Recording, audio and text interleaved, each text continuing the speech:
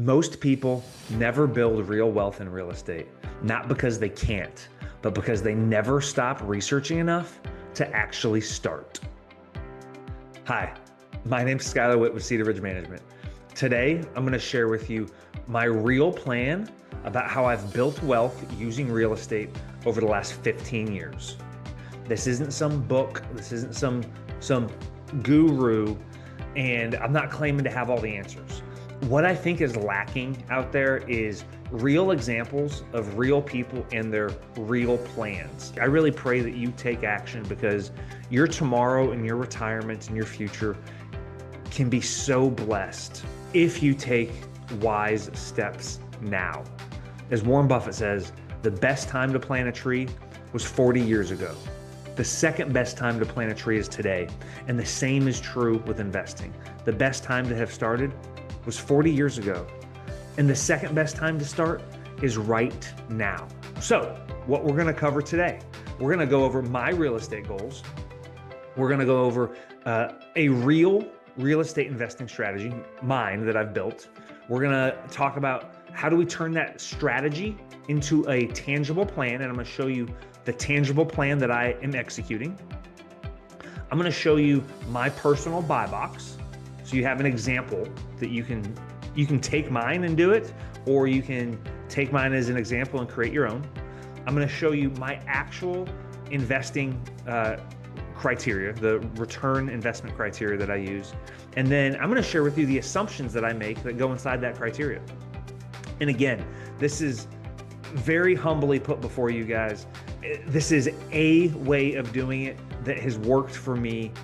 God has been really, really good and blessed me and my wife over the years, and I pray he does the same for you. So let's just dive in. I really like this stuff. I hope you do too. My real estate investing goals. They were informed, and I actually just pulled this right out of the book, The Millionaire Real Estate Investor by Gary Keller. Phenomenal book. If you haven't read it, go check it out. He describes the three goals for a professional real estate investor being: one, buy $1 million in real estate. And that could look like 4 homes that are worth $250,000. Once you've bought 4 homes worth $250,000, you now own $1 million of real estate. He then says the next goal should be to own $1 million of real estate in equity. So that could look like 8 or 10 homes that have an asset value of $2 million with a 50% loan to value ratio. So you have $1 million in equity. And then the third goal, he says, which I'm after, is generate $1 million a year in income from real estate investing. So if you need something really simple, just take those 3 goals and run with it. Now, that's what I started 10 years ago. And along the way, I kind of decided I want another goal. So I set like a mini plateau goal of achieving $200,000 in real estate investment income along that journey. And when I achieve that, I'll take like a mini vacation probably. Chad Carson talks about in investing, you reach plateaus, and at each plateau, you should take a break and reward yourself. So I'm hunting towards or moving towards that 200,000 goal, and I'm going to take a little break when I get there.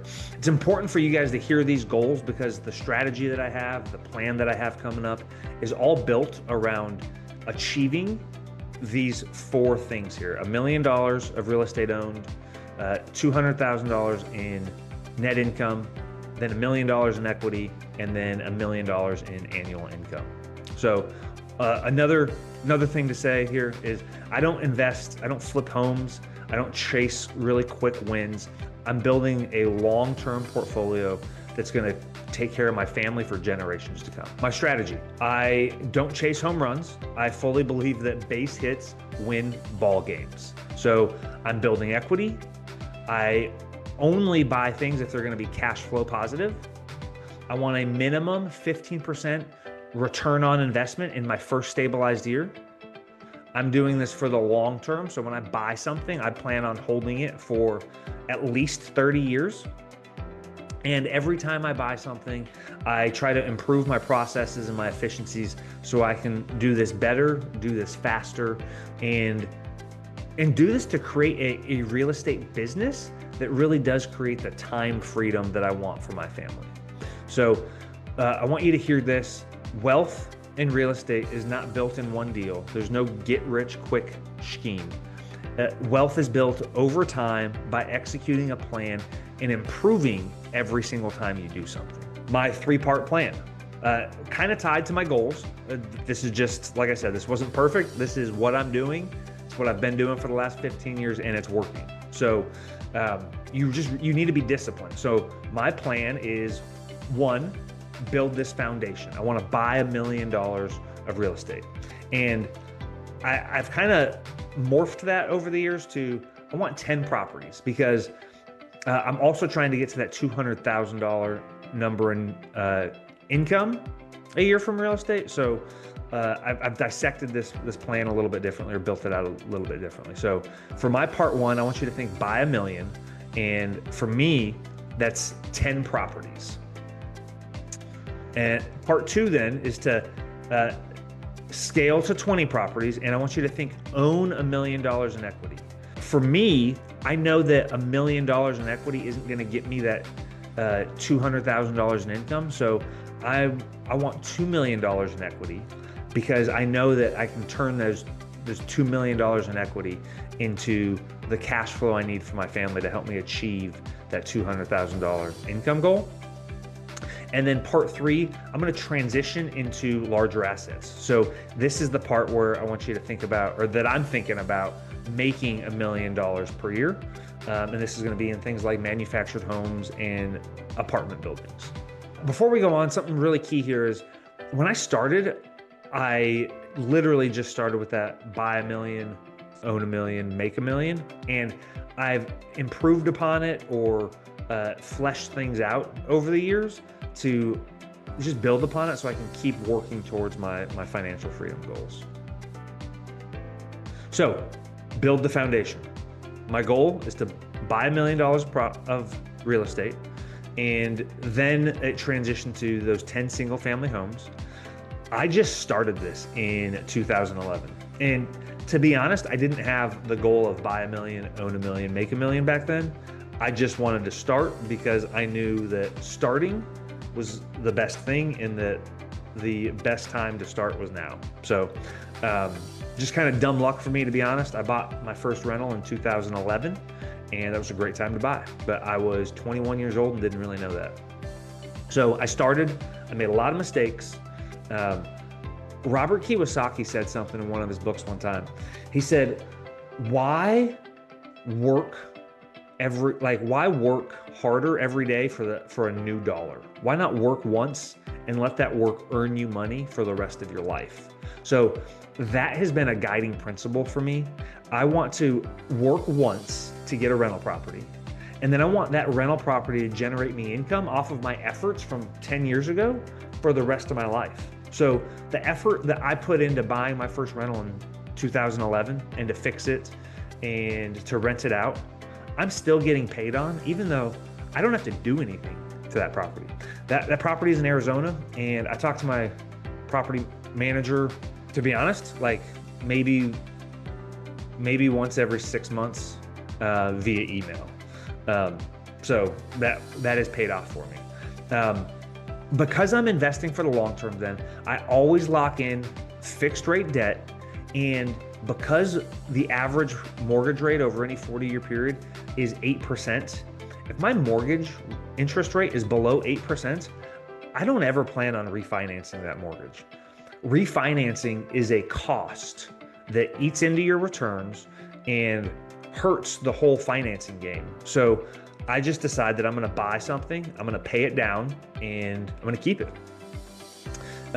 During this build my foundation phase, I've been making minimum mortgage payments on this. And once I have my base to where I want it, and I do now own 10 rentals if you're watching this, I'm going to be transitioning here shortly to making extra mortgage payments on any mortgage that's above 5% to pay those loans off faster. And then anything that is below 5%, I'm going to keep just making minimum payments on it for the rest of their life. But the 6 and 7% mortgages that I have, I am making extra payments on those to pay those off faster. Key here, guys, while you're building your foundation, it's about assets and it's about equity. It's also just about learning. So start and learn. All right, part 2, scale to 20 properties. So goal here, own 1 million properties, own $1 million of assets. And for me, it's now $2 million in equity because I actually achieved $1 million in equity. And after achieving that goal, I read a book by Chad Carson called The Small and Mighty Real Estate Investor and realized for me to get that $200,000 income goal, I need more in equity. So I'm marching towards right now $2 million in equity to help me achieve the passive income goal and that plateau for me to take a mini break in the short term. So this is where I currently am as of 2026. I am going to be leveraging the equity in my real estate portfolio to help me get these 20 properties. As of date, the most properties I've bought in any 12-month period has been 3. So I want to improve upon that, and I have a goal. I'll share it with you guys. As of the end of 2027, my goal is to own 20 rental properties. Once I'm there, I'll start making bi-weekly payments across the portfolio to help pay them off. And again, to help me get there, I'm burring properties and using the equity that I have in my portfolio to add to that. So at this stage, I want to talk about this thing because it's something that I messed up for a long time. Equity matters more than cash flow. So you want to get to a net worth number and then turn that net worth into cash flow later. I messed this up for a long time, and I was so focused on cash flow that I passed on a lot of great deals that would have been cash flow positive and would have accelerated my net worth. And I might be at this 20 property number now if I didn't get fixated on cash flow. And I got a video about that on our YouTube channel if you want to check it out. But really know that as you're growing and looking at things, the wisdom in buy 1 million, own 1 million, make 1 million is so true. The goal early on is to build equity and net worth. All right, so part 3, scale into larger assets. Now, the goal here is to make $1 million a year in real estate investing. I'll be fully honest, I'm not there. I'm learning more about this every year, and I modify, that's a better word. I modify this and it turns into different things or gets more concrete is probably a better word over time. So I know 5 apartment buildings probably won't bring me $1 million in income, but maybe it will. So as I build my plan and work my plan, I improve my plan. So yeah, and this is really gonna help create generational wealth, which is something that I wanna do for my family. Now jumping into my buy box. So this is how I figure out what properties I want to buy. So these are these criteria. It helps me communicate with people so they can bring me properties if they meet these stages. So turnkey properties, so that means generally rent ready. I like Section 8 housing because there's stable income because it's subsidized from the government, and the tenants actually have to be on really good behavior and qualify to get on the program. So there's a lot of reasons to want to accept Section 8 housing, and the tenants and residents are all phenomenal actually.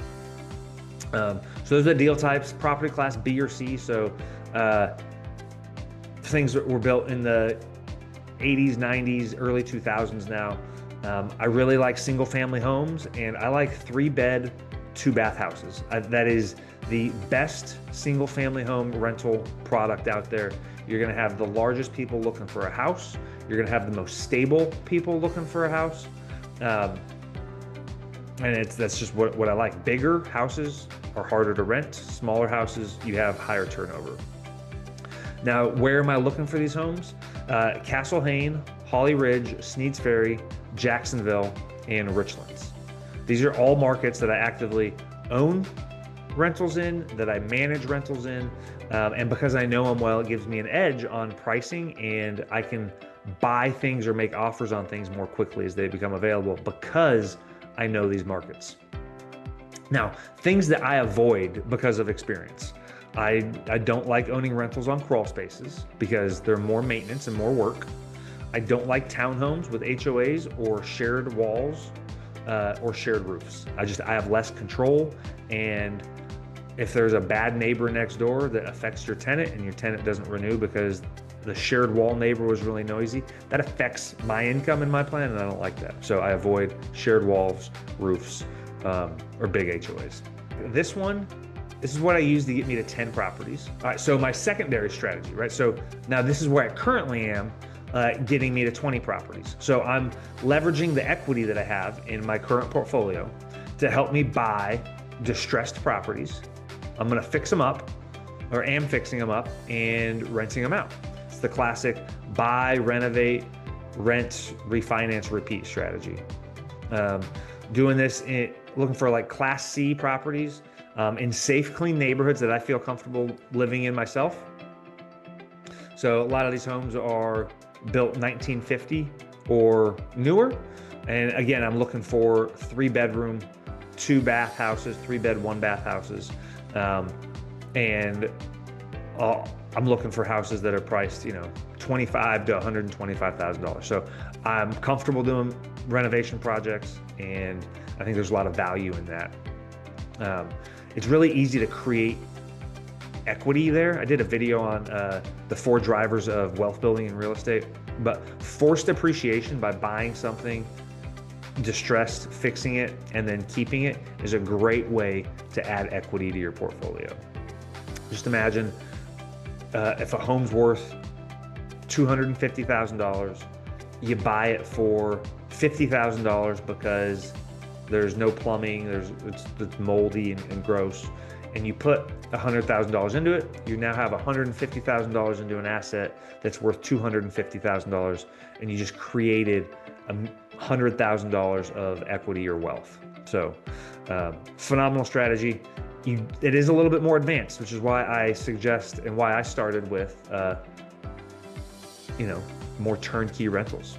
Moving on. So my return requirements. These are real, built over time from mistakes I've made, and every deal has to pass this. So I want a minimum 15% return on investment in my first stabilized year. And that return includes the cash flow that I get, the appreciation from the home, the equity growth that comes from that appreciation, and the principal down payment. And then so from those 4 things, I need 15% ROI. And then I also love and take advantage of depreciation because this offsets the income and other active income. But I don't put that into my return requirements, actually. Again, I'm not a tax professional. I'm not a licensed financial planner. For real tax advice, consult a tax professional. All right, now, that 15% return on investment is dependent upon some assumptions. So I assume in the coastal North Carolina area that all the homes are going to appreciate at a 4.1%. I assume rent growth is going to be at 3%. I also assume my expenses are going to grow at 3%. And then I assume my maintenance and CapEx percentages are going to be 15%. Something too that I didn't put in here.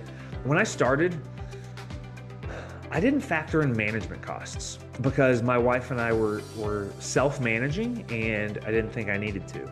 And I brought my plan before a seasoned investor and said, "Hey sir, look at this. What do you think about it?" Challenge my assumptions.